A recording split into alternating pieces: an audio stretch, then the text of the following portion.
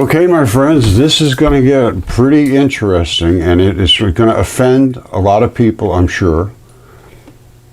Truth can be a very offensive thing. And it may be true, it may not be true. That's up to you to decide.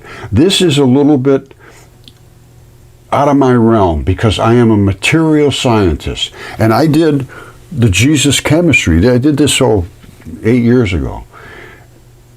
Is there any chemistry that can indicate to us who Jesus was, what he did, what happened? Well, yes, there is. And it starts with light. Everything they talk about is light. Let there be light. Guess what? We are made from light. The two particles that make up light are us. And Jesus speaks specifically about the light and about the two particles of light. When I show you what he wrote, it's going to knock you out of your socks. I mean, it's just amazing. But before we get into the Jesus chemistry, I'm going to start with a little song from a good friend of mine, Harold Peterson. And it's about Jesus and about how important he is in our life if we really want to reach our true potential of life, which is to go into the stream of life, which is the stream of light. Okay, my friends, get ready. This could be a lot of things to a lot of different people. It could be shocking, upsetting, all kinds of different things. But this is the Essene Gospel of Peace, found in the Vatican Library, from the Nag Hammadi text, from the Dead Sea Scrolls, from that type of stuff. Now, I believe Jesus was an Essene, and this is the gospel of peace. You don't hear about peace. There is no peace anymore. There is no peace anywhere. Well, peace is what Jesus Christ came here to talk about, and he suffered the price for it. And now you should learn, and I should learn. We should all learn together about this, because it all relates to light. You say, well, how does the gospel of peace relate to light? Well, I'll show you how. All right, this is all about peace and light. Peace be with you. This is what Jesus told everybody to say. Peace be with you, and give to everyone your peace, even as I have given my peace unto you, for my peace is of God. Peace be with you. There is no peace now. And his peace descended upon them, and in their hearts the angel of love, and in their head the wisdom of law, and in their hands the power of rebirth. They went forth among the sons of men to bring the light of peace to those that warred in darkness. And that is what's happening now. There is nothing but war and darkness. Now, these are the four volumes of this Essene Gospel of Peace. And there's little clips of them here, and I'm going to start to read you a couple of them. All right, this is basically all Jesus speaking, and he said these are the excerpts from the Essene Gospel of Peace. This is book 2, and they're asking Jesus questions. All right, let me just read you this. This is excerpts from book 3 in the Lost Scrolls of the Essene Brotherhood. Now, the earth shall be filled with peace. It's not now. Of the Heavenly Father, as the waters cover the seas. There'll be so much peace that it'll just be like the waters covering the seas. I will invoke the angel of peace, whose breath is friendly, whose hand is clothed in power. In the reign of peace there is neither hunger nor thirst, neither cold nor hot wind, neither old age nor death. In the reign of peace, both animals and men shall be undying, waters and plants shall be undrying, and the food of life shall be never failing. It is said that the mountains shall bring peace to the people, and the little hills righteousness. There shall be peace as long as the sun and moon endure, throughout all generations. Peace shall come down like rain upon mown grass, as showers that water the earth. In the reign of peace shall the law grow strong. And the children of light, remember this, the children of light shall have dominion from sea to sea until the ends of the earth. Well, who's the children of light? The reign of peace hath its source in the heavenly Father. He's the one that's determining when there's going to be peace and not peace. By his strength he setteth fast the mountains. He maketh the outgoings of mornings and evenings to rejoice in the light. The light is the whole key here. He bringeth the earth to the river of the law. The water enrich it. He maketh soft the earth with showers. They drop upon the pastures of the wilderness, and the little hills rejoice on every side. The pastures are clothed with flocks, the valleys covered over with corn. They shout for joy, they also sing. Everything is going to be peace at some point, and it's certainly not now. So when is that going to happen? All right, listen to this. This is amazing. The holy streams. The holy streams. This is from Book 4, the teachings of the elect. The elect are the ones that God chose. Into the innermost circle have you come, into the mystery of mysteries, which was old when our father Enoch was young and walked the earth. Enoch ended up leaving and going with God. Around and around have you come on your journey, many years, always following the path of righteousness, living according to the holy law and sacred vows of our brotherhood. And you have made of your body a holy temple. You have to develop it into a temple wherein dwell the angels of God. Many years have you shared the daylight hours with the angels of the earthly mother. Many years have you slept in the arms of the heavenly Father, taught by his unknown angels. You have learned that the laws of the Son of Man are 7, of the angels 3, and of God 1. Now you shall know of the 3 laws of the angels, the mystery of the 3 holy streams.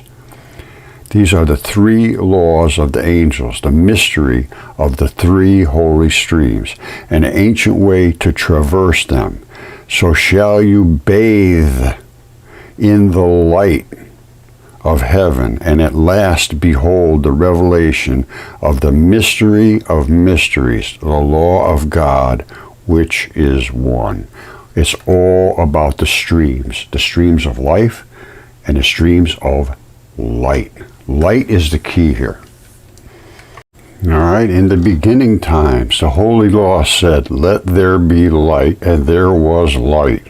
You shall be one with it. We are made of light, and the power of the holy light stream will fill your body. You are filled with light. You will tremble before its might. Say the word light as you breathe deeply of the angel of air, and you will become the light itself, because you are light. And the holy stream will carry you to the endless kingdom.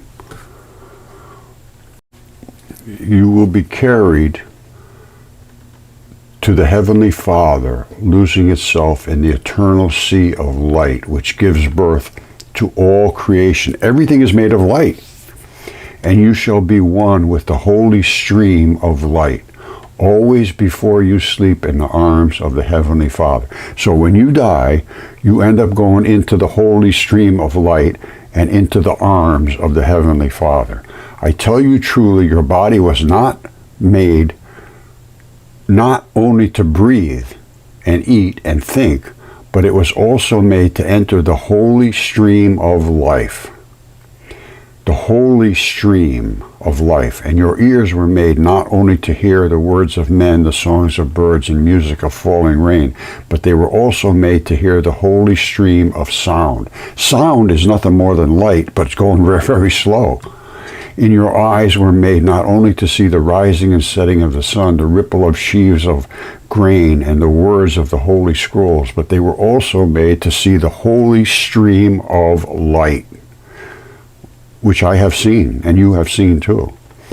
One day your body will return to the earthly mother. Even also your eyes and your ears will return. But the holy stream of life, the holy stream of sound, and the holy stream of light. All right, so life, sound, and light. These were never born. They were never born and can never die. Enter the holy streams. Even that life, that sound, and that light which gave you birth, that you may reach the kingdom of the Heavenly Father and become one with Him, even as the rivers empty into the far distant sea.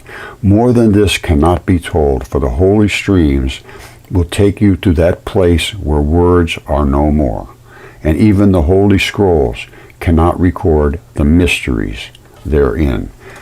This is a very, very long and seriously detailed account of us being light and being the vibration that moves the universe. Basically, sound, light, it's all the same thing. And it goes all the way back to here, the Essean Gospel of Peace. And this was found in the Vatican Library. Okay, my friends, here's where it gets a little dicey.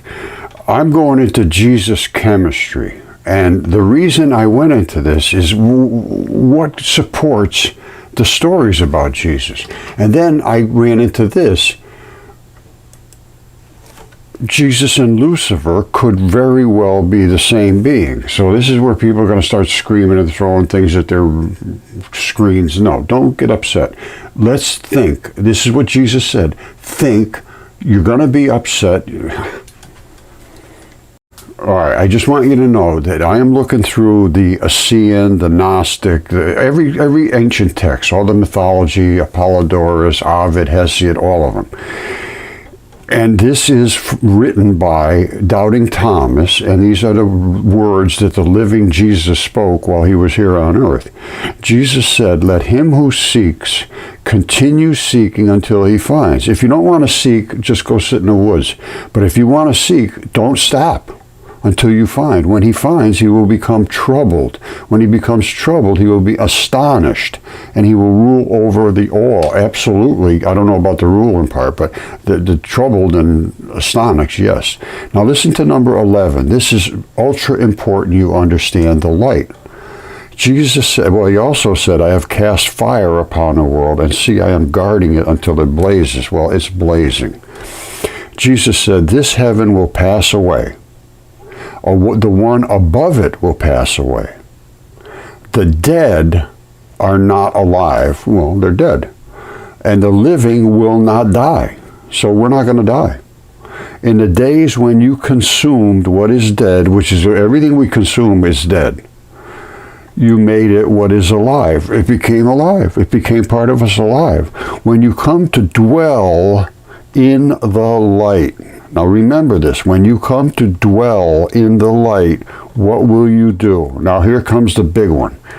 "On the day when you were one, you became two." So we're one body, and all of a sudden we die and become two.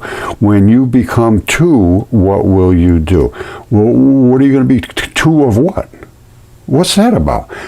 All of this ancient stuff is very, very confusing. But I'm going to show you what one becoming two is. It's light. This is light. This is one piece of light, but it can break into two. These pieces can break apart. So when you became one, then you became two. When you became two, what will you do?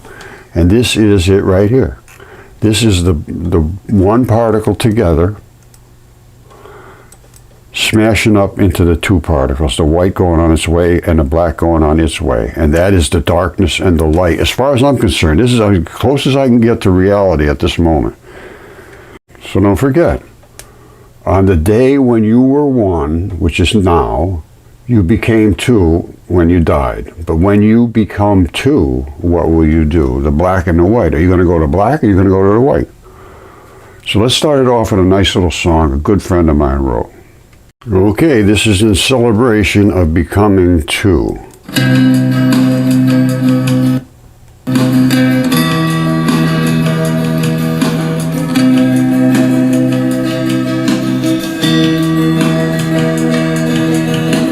Fighting distant from home, for reasons to train this heavenly soul to survive, evade, to resist and escape this journey for my soul's sake. In full armor, commissioned by the Lord, ready to battle with shield and sword, standing firm, holding the line, exposing the dark, shining the light.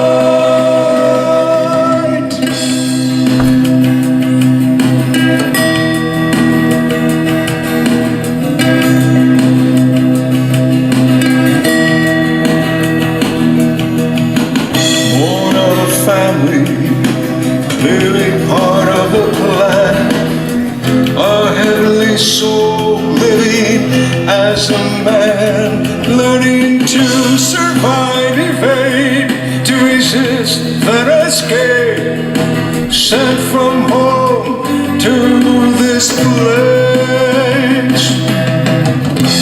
Offering less than my life is short of the call. When the fight is on, some will fall. The conflict rages on, though the war is won. It is finished, accomplished by the Son. Survive, evade, resist, and escape. In full armor, commissioned by the Lord, ready to battle with shield and sword, standing firm, holding the line, exposing the dark, shining the light, standing firm, holding the line, exposing the dark, shining the light.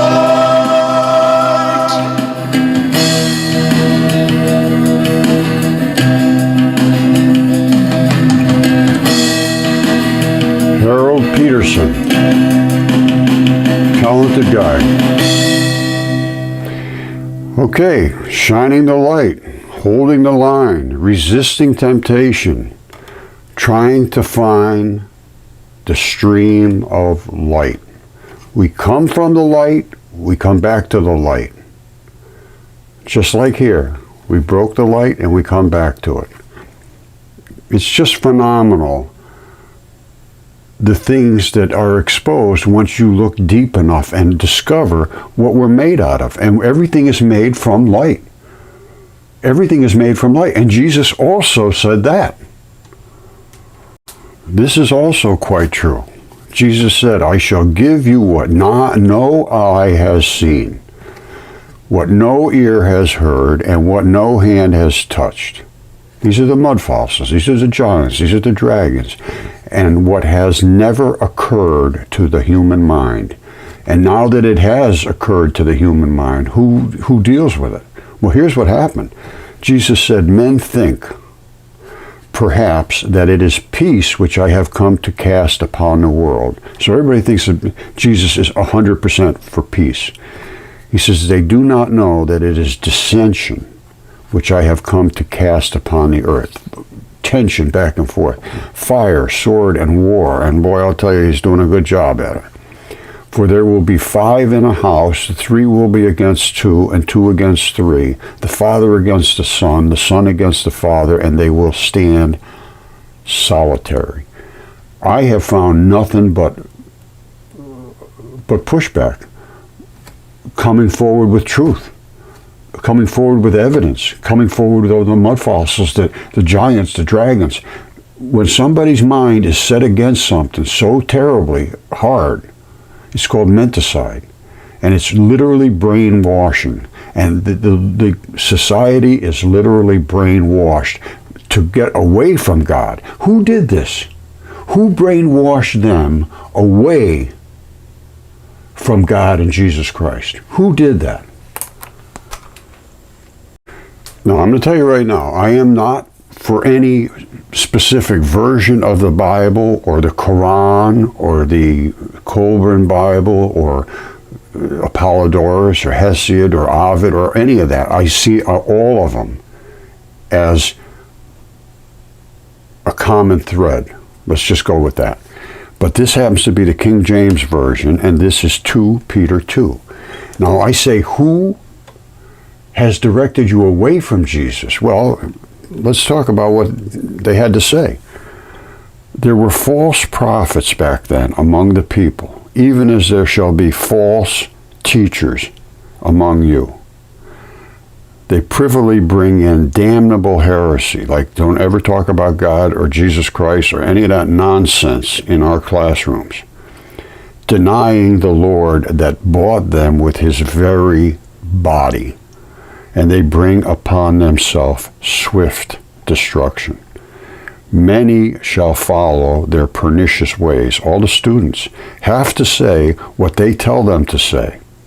And now these teachers know they are false teachers. From Mudfossils for 10 years now, this has been slaughtered throughout society. And very few have accepted it and understand the meaning of it. Most of the people still follow these pernicious ways, by reason of whom the way of truth will be evilly spoken of. And they are speaking very evil of me for exposing this stuff. Through their covetousness shall they with feigned words, lies, they make merchandise of you, these teachers, whose judgment now of a long time lingereth not, and their damnation slumbereth not. If they lie and they know they're lying, and once they know the truth, there is no excuse. All right? They're in trouble. They're in big trouble if they don't change their ways. They're false teachers now. And this is straight through the university system and all through the top echelons of government and everything else. These are false. These are people that are doing things that they know is not right. And they're doing them and thinking, well, I can get away with it. Who cares? Nobody can do anything to me. Well, that's not the case. Because there will be a day of reckoning, and it slumbereth not. Okay, so here's where we get dicey. If I'm talking about Jesus Christ being a superhero, and I am, how could I equate Jesus Christ to Lucifer? Jesus and Lucifer could very well be the same being. This is a discussion that's going on. And Jesus said, keep looking until you find. Why do some people say Jesus and Lucifer are the same? Are Jesus and Lucifer the same being? Why are both Jesus and Satan referred to as the morning star? Lucifer. Are Jesus and Lucifer the same? Does the Bible in some way equate Christ to Lucifer? And it just goes on and on and on. And that's why I did the chemistry about Jesus Christ. All right, Jesus Christ chemistry. All right, now this goes back to 2016. I wrote this paper. And is there any research that we can see that points to Christ being what he said he was? He said he fed the Israelites in the desert. This is my paper. We'll go through this, and I will try to explain why it appears that Christ might have been Venus, which is called the morning star, which is also called Lucifer, which could possibly be Jesus. And all of that was born from Jupiter, from the great red spot. And Jupiter is Zeus, who was the god of this solar system. He was in charge of the solar system, no question about that. In the ancient mythology, Zeus was the ruler of this solar system, the god of gods. So there's a lot of gods, but he was the god of the gods. And from his great red spot was born a planet called Venus. Literally from a female body part, from a vagina, which would mean, to me, it would be the body, the umbilical cord, the placenta, and all the afterbirth and blood and everything else would have to come out of there if it was really literally a vaginal birth, a normal birth. That's what it takes to birth something. In this case, it happened to be a planet. But all of these things were personified. All the planets were creatures. They weren't just planets. This goes back to the mythology, and it goes back to the river of light, the stream of life. All of these things fit together in unbelievable ways. And it all makes sense when you see all the plagues of Egypt and the Exodus. And Velikovsky went back and recorded all of the histories of everybody. So we're going to work with his histories. There was 3 intervals where there was catastrophes. And then there was the ages of chaos, because there was just a disaster, and then you had to come back from it. And another disaster, you got to come back from it. How bad were these disasters?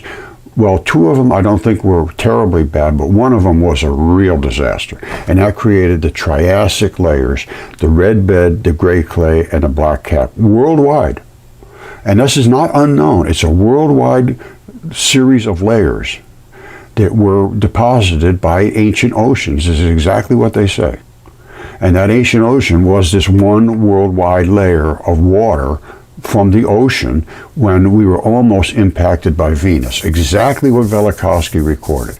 Every single thing that he said seems to be verified by mud fossils. And the things that are in Apollodorus and Hesiod appear to be validated by mud fossils. The things that are in the Bible, in the Quran, in the Kolbrin Bible, appear to be validated by mud fossils and Velikovsky. All right, this was very early text, was the Kolbrin Bible. And this was thousands of years ago. Egyptian and Celtic authors recorded prophetic warnings for the future, and their harbinger signs are now converging on these times. I agree with that. These predictions are in the Kolbrin Bible, a secular wisdom text studied in the days of Jesus and lovingly preserved by generations of Celtic mystics in Great Britain. It is a 2-part, 11-book secular anthology. Now listen to this carefully. The first 6 books are called the Egyptian texts and were penned by Egyptian academicians following the Hebrew Exodus. So they wrote down the stories of the Hebrew Exodus. The last 5 books were called the Celtic texts, or Celtic texts, however you want to say it, and were penned by Celtic priests following the death of Jesus. Now, the Kolbrin Bible predicts an end to life as we know it by a celestial event, the return of a massive space object in a long elliptical orbit around our sun, known as the Egyptians and Hebrews as the Destroyer, and the Celts later called it the Frightener. And it is in the Bible, I believe. Somebody made a comment that it is in the Bible about this Destroyer. Now, here's the key. This is what turned me on. Manuscript 3.4, when blood drops upon the earth, which is the afterbirth from Venus, the Destroyer will appear, mountains will open up and belch forth fires and ashes, trees will be destroyed, and all the trees did basically just dissolve because of the cellulose. Animals didn't. It says all the trees will be destroyed and all living things engulfed. Everything's going to be engulfed. Waters will be swallowed up by the land and seas will boil. All right, let's just read that one more time. The drops of blood fall upon the earth, the afterbirth. The Destroyer will appear and wrench the earth and smash into and everything is going to burn forth fire, ashes, volcanoes. Trees are going to be dissolved. Bones will be dissolved too. But living flesh is different. It didn't dissolve. It turned into mud fossils. So the trees are going to be destroyed. That's why most people think there's a lot of trees. They just dissolved. After all living things, and then all living things will be engulfed. The waters will swallow up the land, and seas will boil. Now that's the Colburn Bible, and that was written, I believe, about 3,000 years ago. All right, so that precedes the Torah. Well, actually, I don't know if it predates the Torah or not, but Apollodorus, Hesiod, predates everything. Hesiod wrote what the daughters of Zeus, the god, told him to write, and that was only 800 BC. So everything has changed. Everything we thought we knew. If this is true, what Velikovsky discovered, we have to re-examine everything. You don't have to necessarily change everything you're thinking, but if you want to think, you have to re-examine it and say, well, here's what I thought. What does this show? Well, let's find out what they show. All right, it appears actually the Colburn was written at the same time as the Torah, which was right after the Exodus, which was right after all these things happened, the seas boiling and all of that stuff. Something's out of phase with the Exodus versus the Great Flood, because the Exodus doesn't mention a great flood that wiped out the earth, I don't think. But it mentions all of these disasters where the blood falls all over the earth, the frogs, the lice, the infestations, the boils, and all that stuff, which would be the after effect of all of these afterbirth and everything. And even the manna falling from the sky, which is like little flakes of cornflakes, which could have been the placenta. And all the stones that pelted everywhere around the earth were more than likely the umbilical cord, very, very fibrous, very tough, stony. But the placenta is food, basically. It's food for the baby, and it's like milk. And that could drop as, I look for material evidence to support something that was spoken about. And every one of the plagues is quite obvious. It all started from an infestation that led to all of these different creatures being populating and then being wiped out and then being another mess that had to be created. The flies came and then all kinds of things.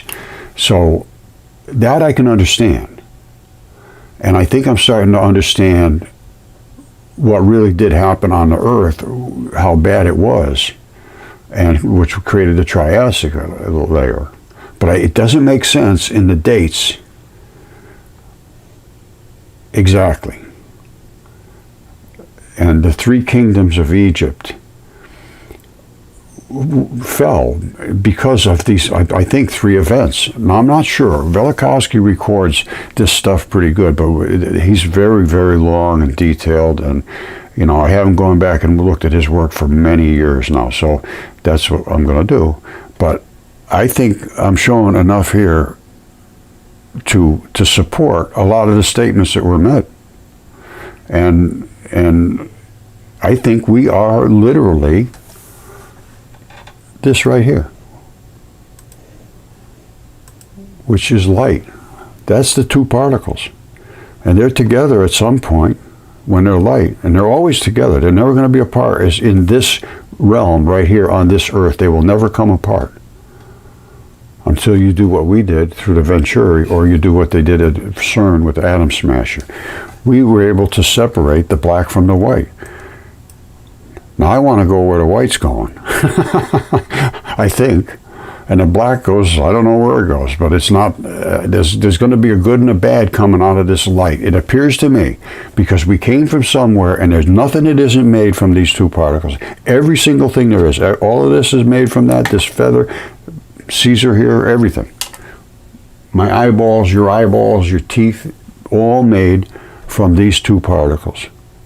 And they get bigger and bigger and bigger. And the two particles are one of these. A plus and a minus. This is in one package, but there is a positive and a negative. There's like a little bar magnet. And when they all come together, they make up matter. All right? And we're in a material world. When we go into the light realm, we're never going to go back into this. If we can get out and stay out into that. Now, Do you get recycled if you don't do the right stuff? Or what happens to you if you don't get into the light realm, which is this realm? To me, that's light. Well, light is a double-edged sword. Light is this. So it's got both dark and white. But when you become two, and then you become two separate, what will you do? That's what he asked. That's what Jesus asked. When you were one, well, hold on.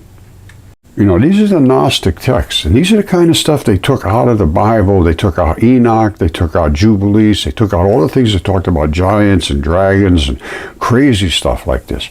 But here's the part about, on the day when you were one, you became two. That's, to me, when you died and went into the heaven. But when you became two, what will you do? All right, which way will you go? Now, there's another thing here. There's something very, very interesting.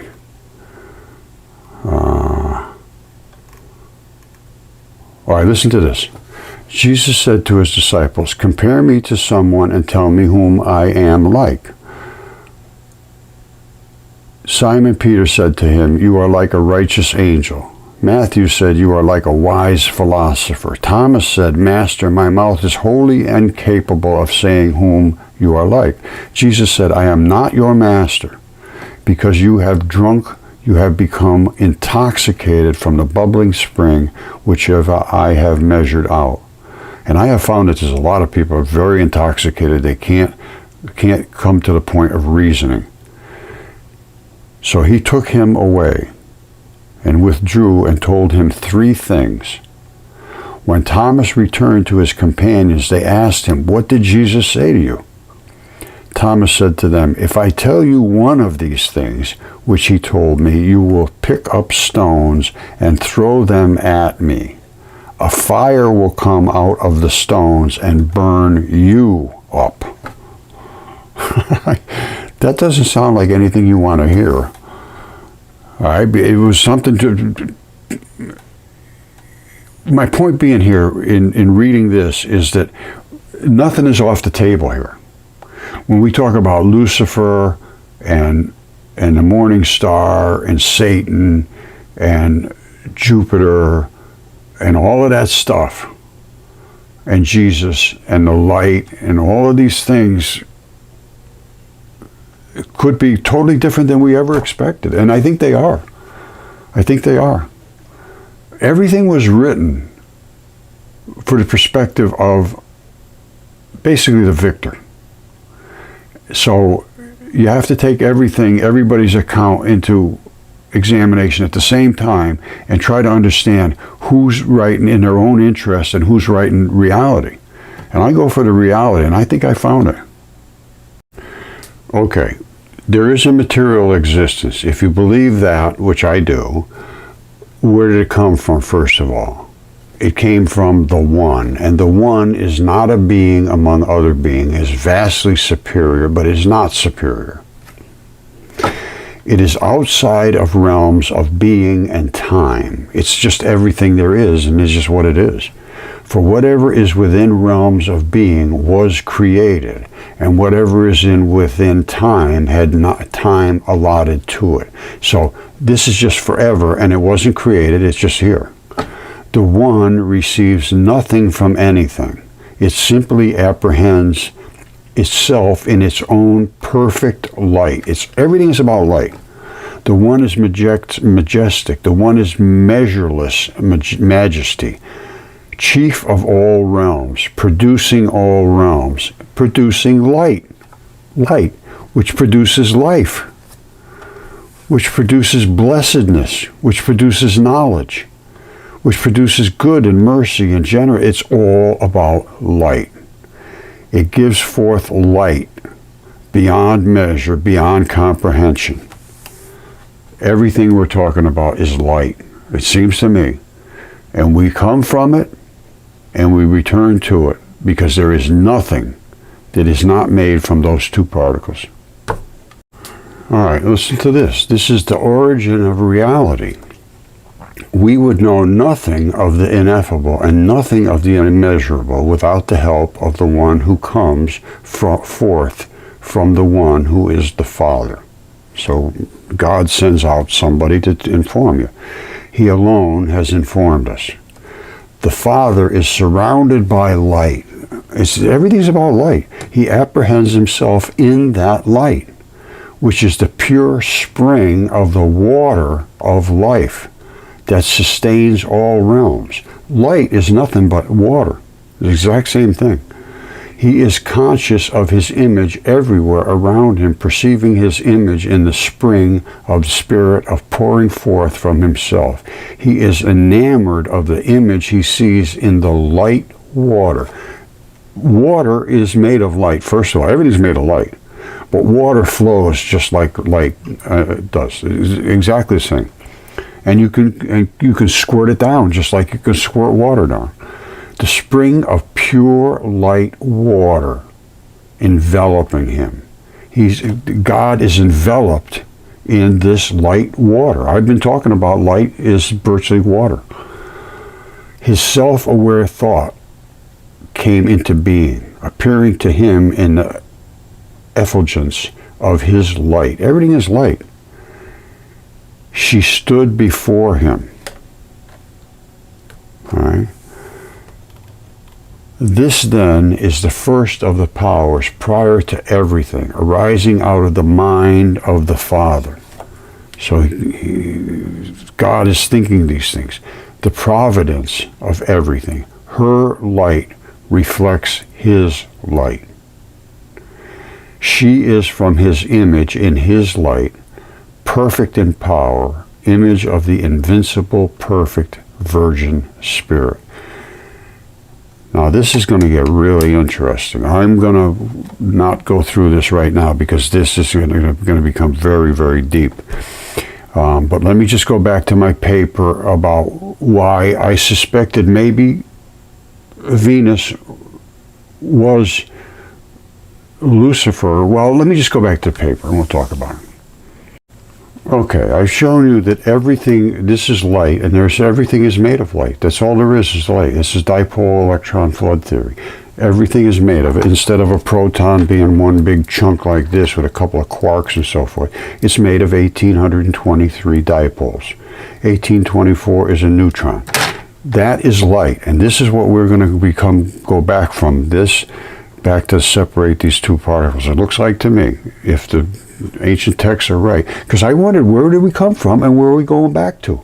You know, they keep talking about this and that. It was very confusing. But now I see that is the great red spot, which is literally a human vagina. And that little tab right there locks the vagina into the body. That's the hairline. This is the vagina. It's got all of the little body parts that belong to a vagina. Anybody that knows anything about anatomy should understand that. Now, it was born from this great red spot, which is that vagina. And it's exactly the same size as Earth almost. And it came right out of there just like that. And it spins backwards, which it would, popping out from the side instead of spinning the way Jupiter was spinning. It would come out and spin in reverse, which it does. And all of the placenta, the umbilical cord, the afterbirth blood and all that would come with it. And it would have smacked into Earth and caused these cataclysms, like catastrophes. And this was all about worlds in collision, ancient catastrophes revisited. Laird Scranton wrote this book, apparently, Velikovsky Heresies. Now, and they destroyed him. They made him take his book off the #1 on a bookseller list, the New York Times. 11 weeks in a row, they forced him to take it off. Velikovsky did some serious work. This is his archives. And he's got an autobiography about himself. And then Before the Day Breaks was the story of Velikovsky's discussion with Einstein on the role of electromagnetism in the universe. He was a friend of Einstein's. Then he also wrote In the Beginning the story of the catastrophes that preceded those described in Worlds in Collision. Worlds in Collision is the real big one. The Dark Age of Greece, a critical examination of the mysterious gap of close to 5 centuries, 500 years, thought to follow the Mycenaean civilization. Well, what happened then? Then there's Assyrian conquest, a volume in the Ages in Chaos series covering the period from the end of the Amarna period to the time of Ramses II. Collected essays comprising articles and fragmentary manuscripts such as Shamir, Secrets of Baalbek, Sinai, Olympus, Test of Time, The Orbit, and Observer editorials. All of these papers he did, and wrote a bunch of books. He had 4 or 5 books. He wrote. There was Ages in Chaos, was after the disaster.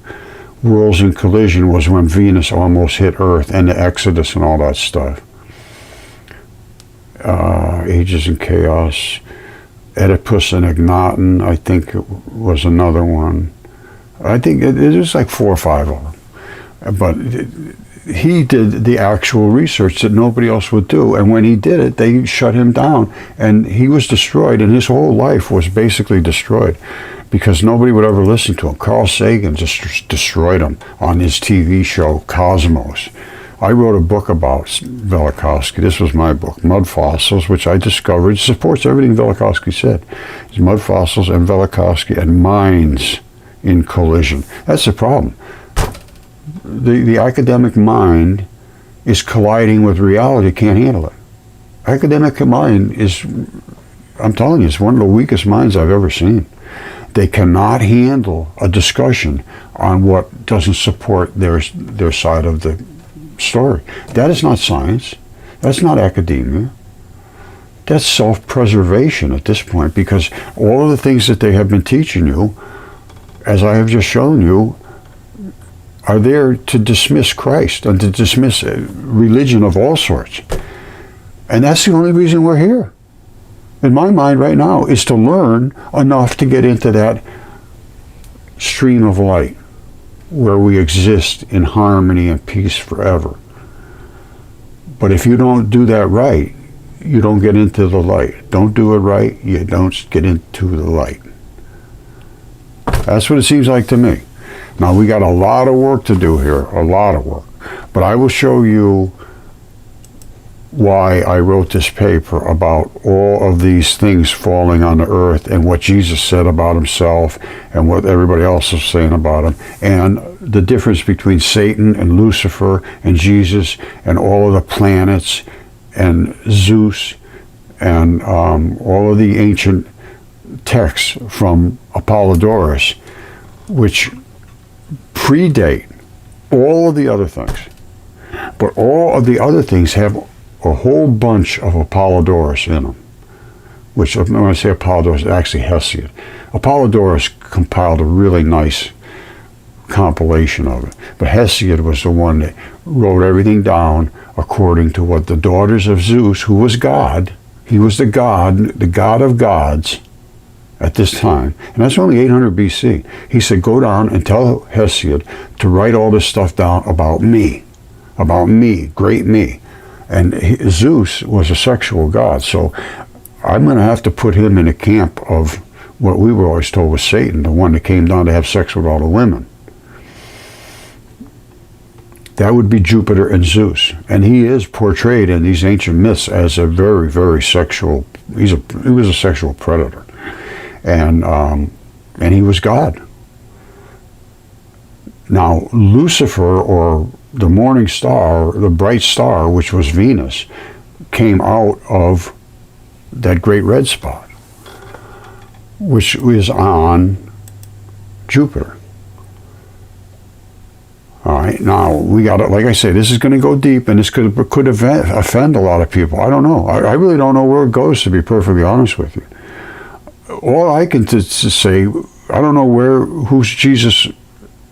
Well, I know, let me put it this way. All I am going to take from this is that Jesus came here about peace, and then talking about all this light and all that stuff, and saying that the earth was a corpse, and, seek until you can't seek anymore. Basically everything he said, I can stand behind, except there's some very, very disturbing statements Jesus himself made.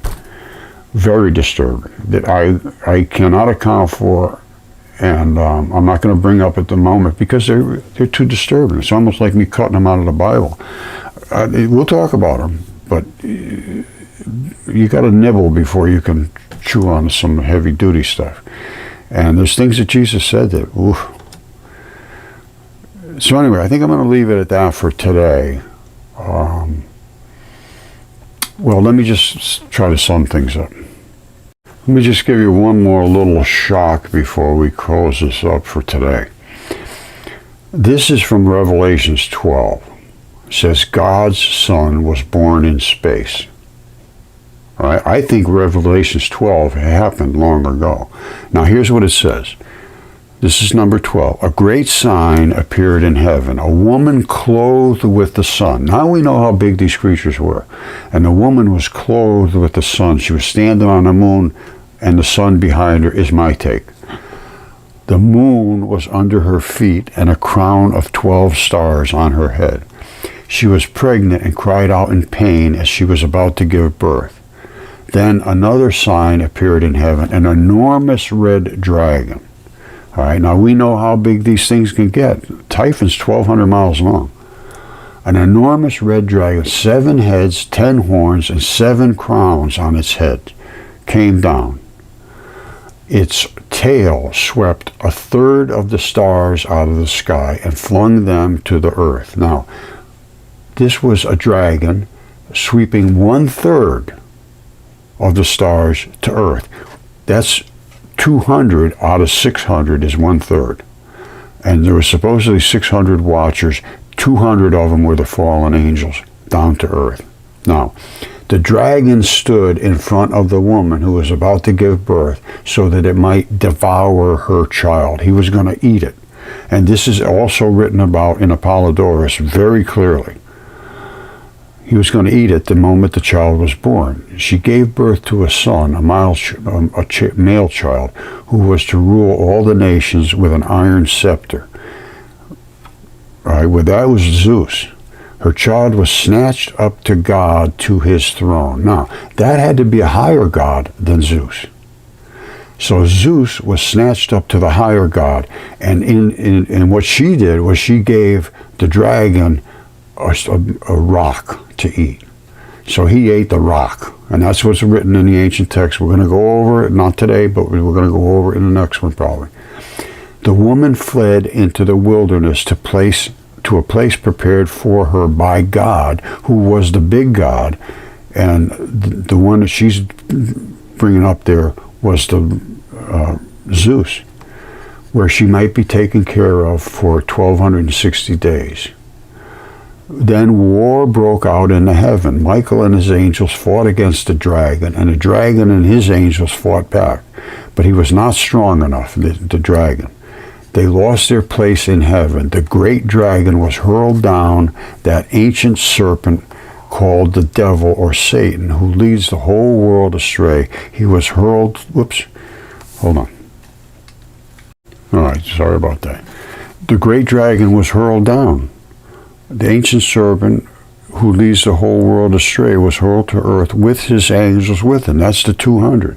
And then it said, woe be unto the earth, because he's down here, he's going to start all kind of trouble. And he did. Now, Comet 67P is a body part, and there was bloody battles in the heavens. All of these, like Comet Bennu, or Asteroid Bennu, they just came back with a sample from there. It's a heart. It's literally a heart. And they landed on there. What they brought back was blood. And I want to see the sampling of it, what they found, because I know what is in blood. And this is exactly what is going to be in the sample that they found. And it's around here somewhere. But anyway, it's, here it is right here. This is the metallic profile of blood. You see this? This is what's in blood.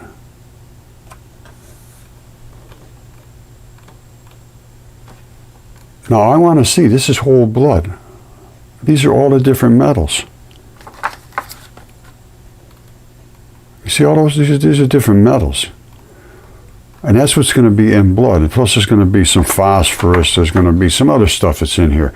But these are primarily all the metals that they will find in these quantities if it's blood. And I know it's blood. There's no question that's a heart. And so is psyche. All right, so these battles happened in space. They were actually true. And this is Sagan. Well, he was nasty. This whole thing, he destroys Sagan. I mean, Velikovsky. All this whole big long thing was about all the trouble that Velikovsky created. Well, Carl Sagan, I have no respect for him whatsoever, because they never even looked at his stuff. And this guy annoys the hell out of me. Can't even get back to the top. Look at all of that he printed about Velikovsky. This is back in February 1980. A scientist looks at Velikovsky's worlds in collision, and he just destroyed them. And he was saying you can't attach science to your old-fashioned religion, stuff like that. Really nasty. But anyway, these are the kind of guys. He's not going to make it into the stream of light, I can tell you that. So don't forget, we're going to do a scientist look at Velikovsky, but a real scientist, me, not like Carl Sagan. Everything he did was so tainted and so smirky.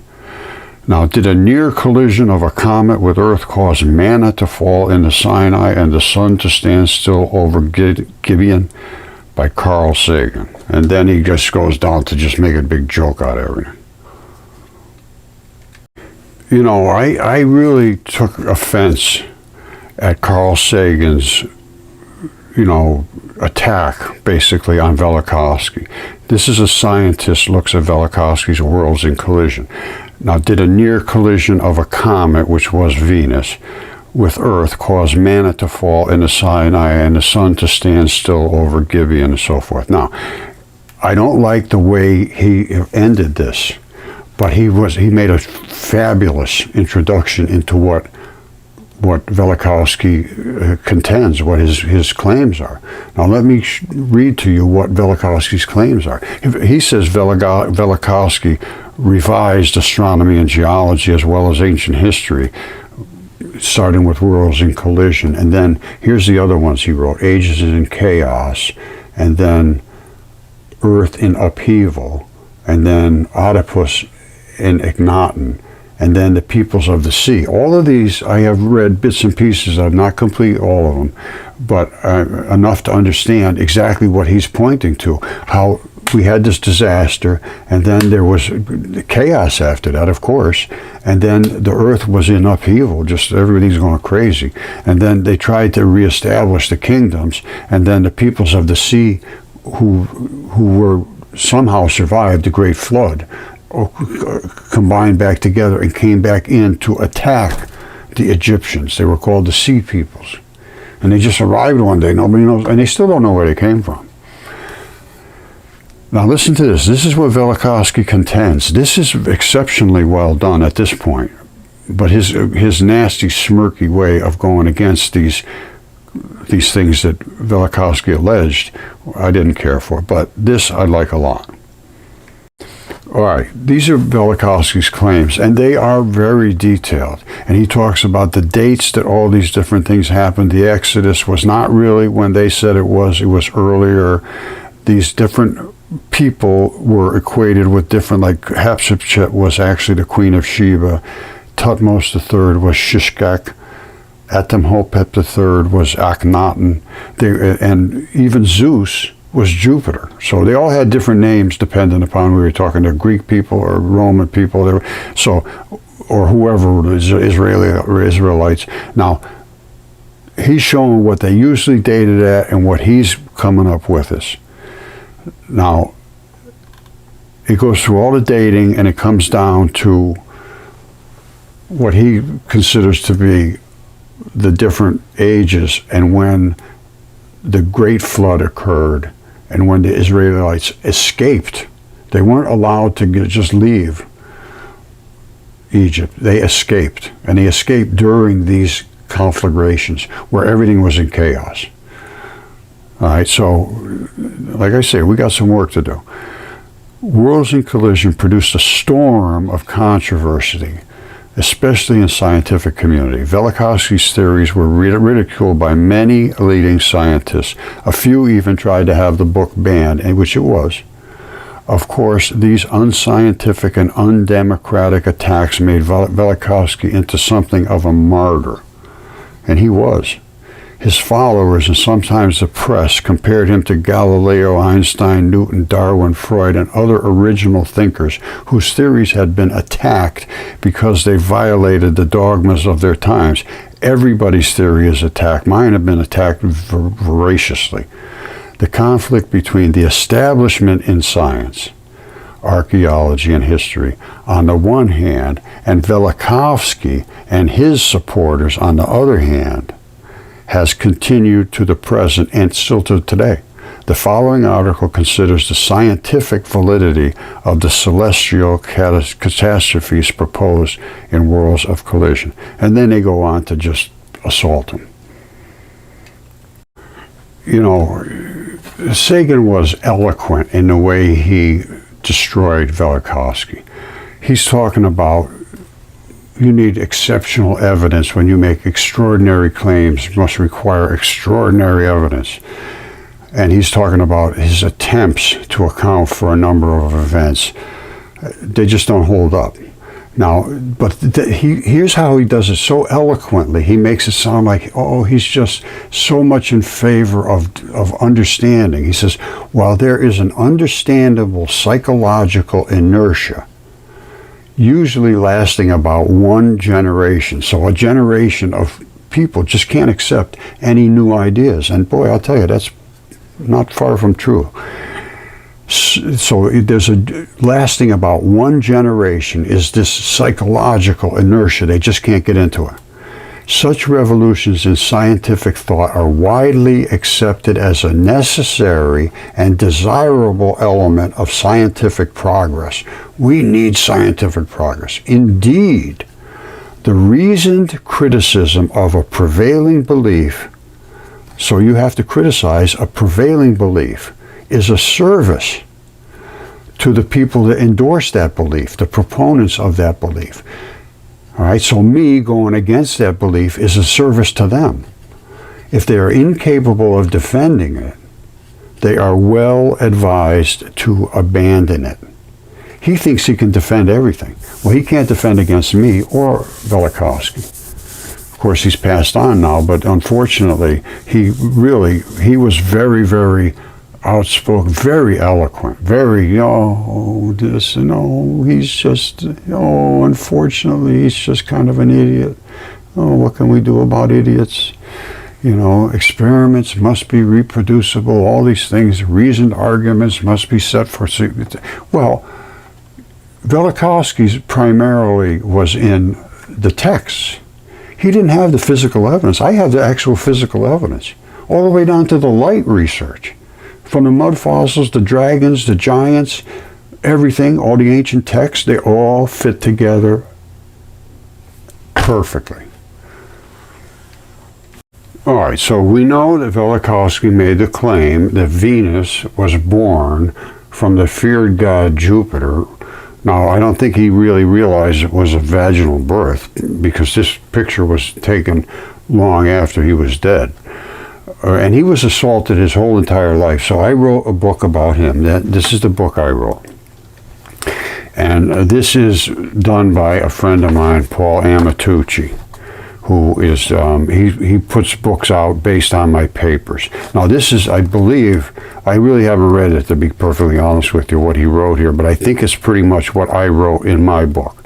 And so, but I have nothing to do with publishing the book. I have nothing to do with, I don't profit from the book. I don't do anything with the book. He just asked if he could write books based on my papers, and I was very happy for him to do that, because I wrote this book, but I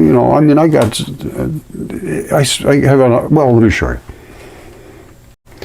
Okay, this is Paul Amatucci, and he wrote these books based on my papers, basically. And this is the Velikovsky one, and it's got 5 stars. So he did a nice job, and they're not expensive, but it's Paul C. Amatucci on Amazon. And like he's got the Atlantis paper and the one on Velikovsky and the Mudfossils and so forth. And he's got a bunch of his own. He's got a lot of his own papers too.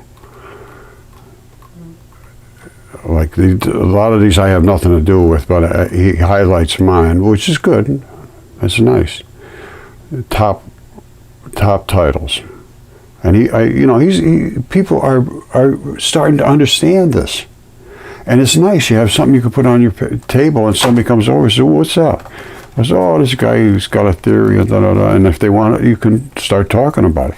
It's very hard to break the conversation, to break into somebody's mind about this, because it's over the top for most people.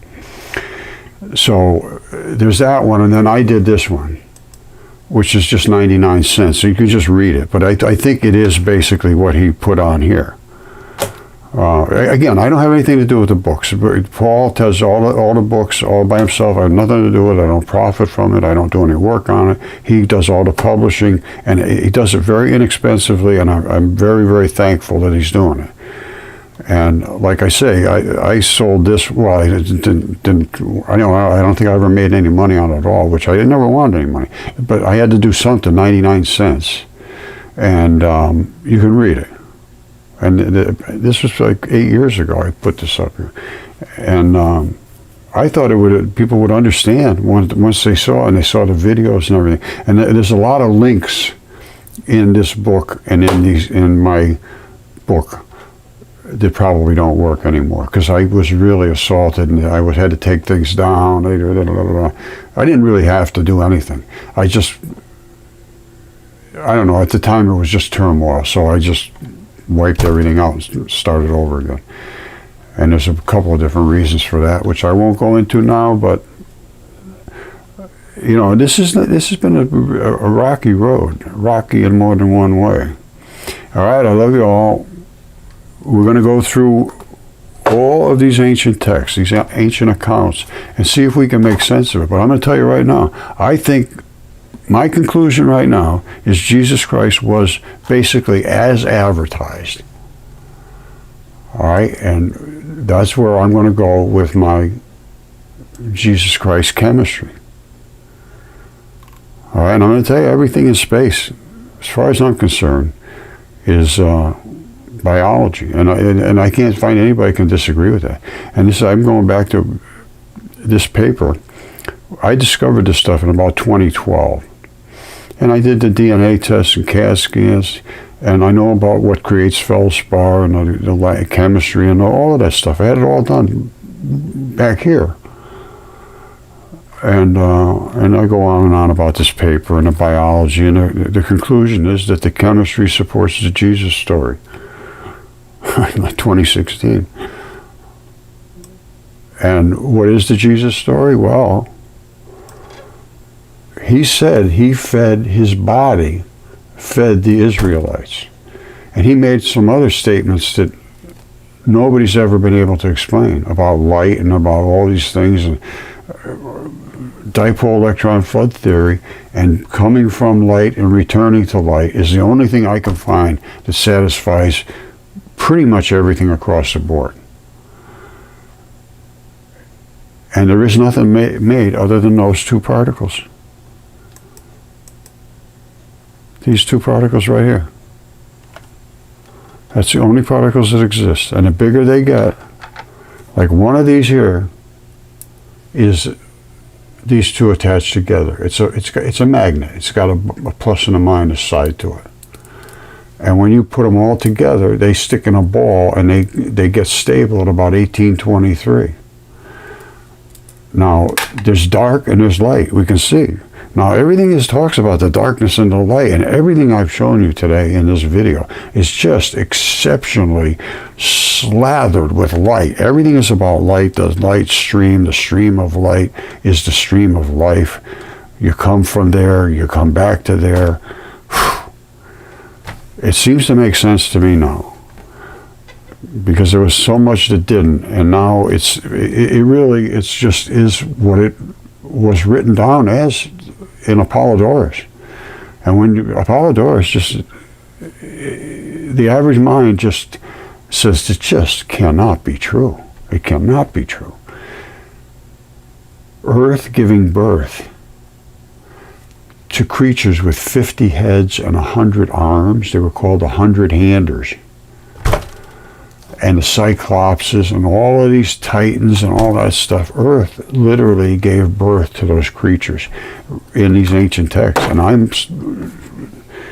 Typhon is there. Typhon is there, no question about that. And Typhon is exactly portrayed in the ancient texts in these Apollodorus stories of the history and about Hercules and Zeus and Typhon and attacking the gods, and right down through all of the different names of the mythological creatures that were actually planets and moons and all kinds of different creatures, because they could do metamorphosis. They could change into anything they wanted because they could control matter.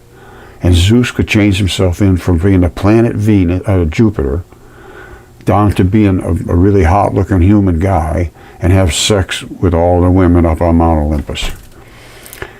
So he was a sexual god.